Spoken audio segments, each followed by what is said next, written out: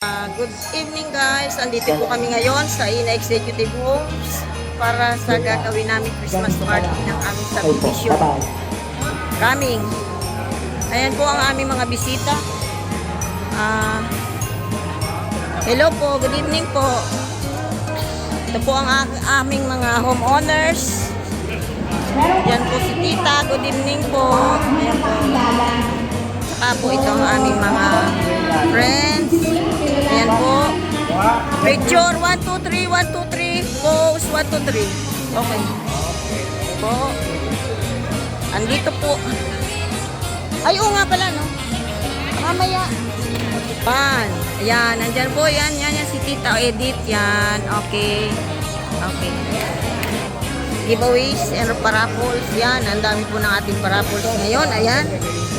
Galing po sa ating mga, ano, yan. Tsaka po yan, tsaka yan. Tsaka po yan, si Tita Flory. Yan po. Dito rin po ang ating mga bisita. Yan. Yes po, Tita. Ang ating pong helicopter tank. Yes. Kaya lang, pag pinuksan natin, lalaki na ng pagkain. Yan. May inisan na po ba kayo? Di ba? Yan. Welcome, sir.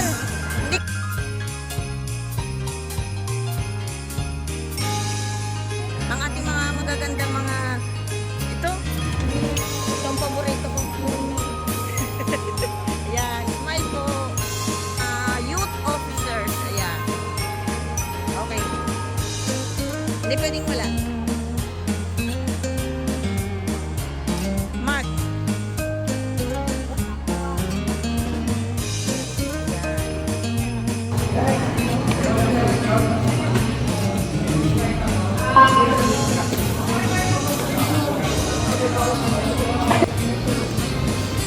Ayan, Merry Christmas!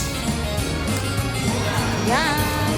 Sabi nila, bakit kaya ang prutas ay binibidyo? Meron po kaming biko.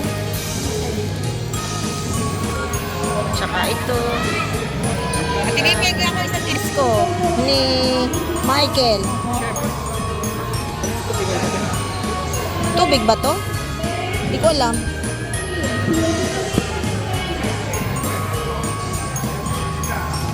Yan, dalawang lechon po.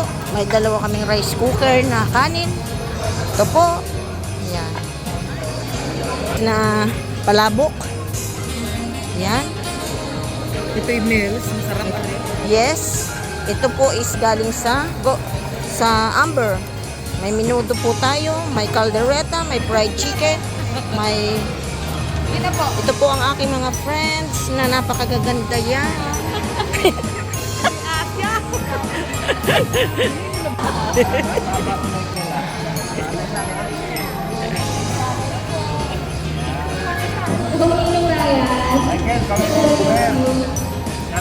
Hinay-hinay lang po ito. Alalay lang. Mga daddy, Kuya Agret. Paupanin ko, wala po si Ala. Alam niyo po, kahapon pa po kami naglalagawin. Paano, hindi po sila makating dahil lamang.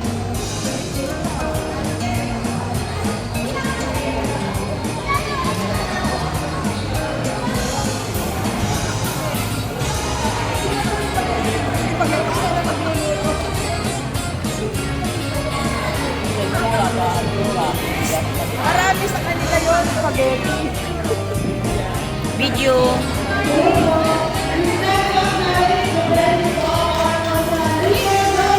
Yes. Yes. Good evening po.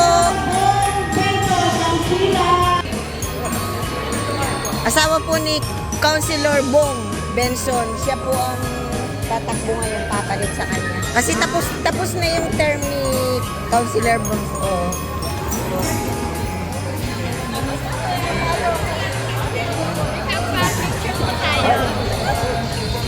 Maraming salamat po sa inyo. Walter Nico, sir na po yung nag-offer salita. Ako po ay nagkabarangay sa Antonio. Hey! Ako sana! Hey! Di ba may yung number 8 sa kanila natin.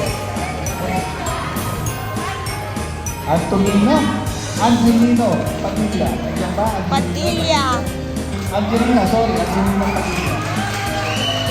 Ayan, ayan. So, ito, may iawis ko naman po.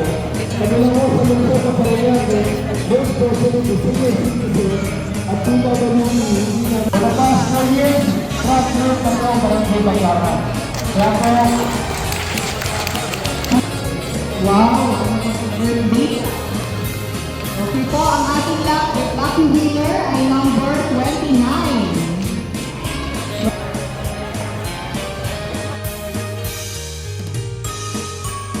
Ganyan na, ganyan. Video ba? Oo, video. Akala ko picture. Video ko lahat. Okay. Nakaon na to. Oo, kaya yan. Kaya kanina po nag-election kami. So sila po yung mga board of directors, sila po yung back officers. Kailangan po namin assistant kasi madaming trabaho. Dito talaga ako sa gitna. Ang assistant secretary po namin ay si Miss Johnny Magbabuta. Parang akong proposing dito. Ha? Siya po ang assistant secretary. Siyempre po, ang treasurer po bago din. Kaya ang dami yung mga sisingilin. Kasi bago ako. Bago. Ako po, yours truly, ang bagong treasurer. Ako po ang treasurer. Ang assistant treasurer ko po, siyempre ang bago. Ito talaga bago. Bagong board of director, naging assistant treasurer, I see Tina Mirna Magboga. Siya po ang aming bagong, ayan, tayo partner nito. Siya po ang aming assistant Tama. treasurer. Ayan, picture ka dyan. Ang aming pong auditor ay bago rin po. Ayan, bago rin po. Ang aming pong auditor ay si Tita Asmin Pagpayaran. Ready na. Yan po ang mga bago. Siyempre po, ang board of directors po ay na-assign sa iba't ibang committee. Uunahin ko po ang napaka-importanting committee, ang peace and order. Siyempre, kailangan natin ng peace and order. Ang ating pong chairman ng peace and order ay si Mr. Edwin Macuga. Wandang security guard, si Edwin Macuga ang ating head. Sumunod po, ang bago natin ay, bago po sa virus ngayon, ang bago pong committee ay kasambahay. Kasambahay committee po, ay by the way, may I add on, ang ating kasama na member ng Peace and Order ay si Mr. Chris Munoz. Tama po, Chris Munoz. Siya po ang mga kasama ni Mr. Macurgay. Ang sumunod po ay ang ating anong committee natin? Kasambahay committee. Ang bagong kasambahay committee ay si Tita Cora Cruce. Yan. At ang kanya pong makakasama sa committee ng kasambahay, membership at lahat-lahat na. Membership PWD Senior Parents ay si Mr. Omar Icasa. Sino pa yung hindi Siya po nanalo ang nakasali? kapartner niya. Baka ako lang ha. Committee na kasambahay. Hindi rin siya nanalo. Oo, nakalimutan ko po, pasensya po. May assistant auditor tayo. Ano assistant auditor? Asa ko? Eh, paano? Kasama sa Tayo na. audit committee. Wala namang pipicture. Si, Sabay na po, tayo. si Mrs. Flor Flores. Ayun na yun. Sunod po sa environmental, gagawin po yung committee for this month. No. Environment Committee Ito. ay headed by Ms. Norma Panem. Makakasama po niya sa committee si Jency Custado. And syempre po ito, medyo sensitibo po itong committee na ito. Humanda kayo sa reklamo. Committee po ng grievance, si Tita Mila Suba. Tita Mila Suba, ang makakasama niya po dyan ay si Bea Del Campo, na nasa Singapore na yun. Sunod po na ating committee ay din po, headed din po yan ng committee ng auditor. Ang sumunod po natin ay social affairs. As is pa rin po tayo, Ms. Evelyn Racelis. Ang kasama rin po dito si Jonathan. Kasama. Pero si Jonathan po ay next na rin ng ELECOM, Election Committee. And last but not the least, ang livelihood ay headed again in Mirna Ballesteros.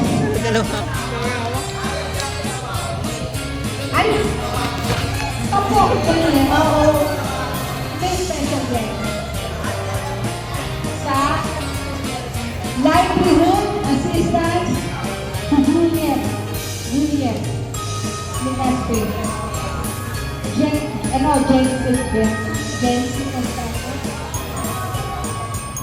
Si Jonathan. Okay. Social si Juliet. Sorry po. Pasensya na po. Masama ang sulat ko. So, Janet Portaga sa social affairs.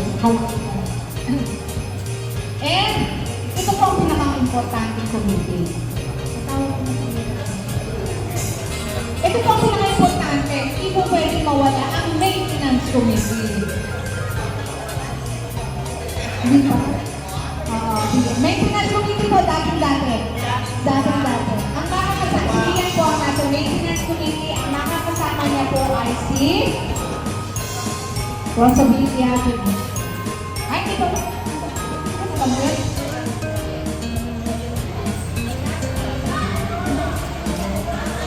Livelihood? Si Juliet sa livelihood. Sige, may magreklamo. Sino ba? So, ladies and gentlemen, ito po ang mga grupo na maglilingkod ng 2025-2026. Akal po namin ang ating pagkakaisa at ang maganda ng ating subdivision. Kaya po ako po, samahan niyo pa rin ang bagong POD.